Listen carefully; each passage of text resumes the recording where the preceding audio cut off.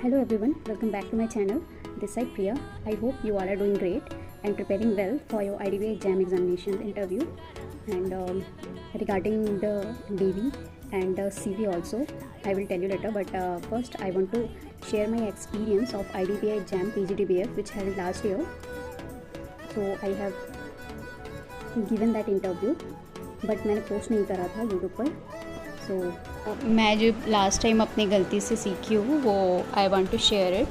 Like you have to introduce yourself in a brief manner only and to the point ही आपको answer बोलना है वो जो पूछे, और जिसमें अगर आपको नहीं आता है उस टॉपिक को वो डायरेक्टली नो करें. मेरे टाइम में उन्होंने मेरे फैमिली बैकग्राउंड से सारा कुछ क्वेश्चंस किया था.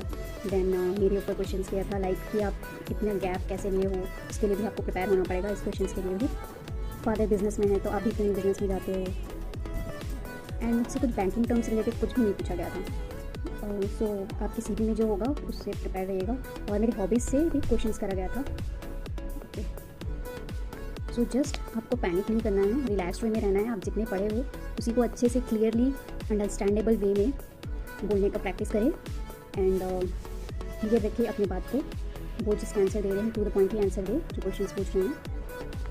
एंड आपका ड्रेसिंग फॉर्मल ही होना चाहिए. ओके, और अबाउट CV वो आपको IDBI एग्जाम के ऑफिशियल वेबसाइट पे मिल जाएंगे. जैसे आप IDBI एग्जाम पे क्लिक करोगे वहाँ पे एक इंस्ट्रक्शंस टू द कैंडिडेट्स आता है. उसी डिक्लेरेशन में एनेक्चर 2 लिखा होगा. उस पर जब आप क्लिक करोगे तो आप CV फॉर्मेट पे पहुँच जाओगे, जिसको आप प्रिंट आउट करके निकाल के और उसे फिलअप कर सकते हो. एंड हाँ, 4 कॉपीज़ लेके जाने हैं.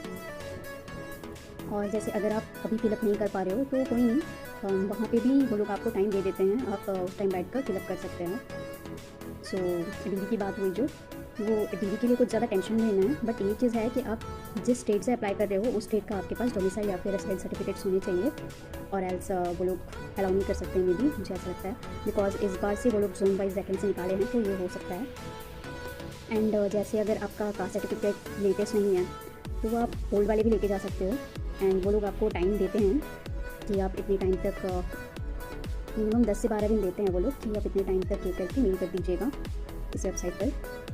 सो हाँ, ज़्यादा टेंशन नहीं लेना है. DV का बहुत स्मूथ प्रोसेस होता है. मेरा भी बहुत स्मूथ प्रोसेस हुआ था. तो all the best to you and meet you.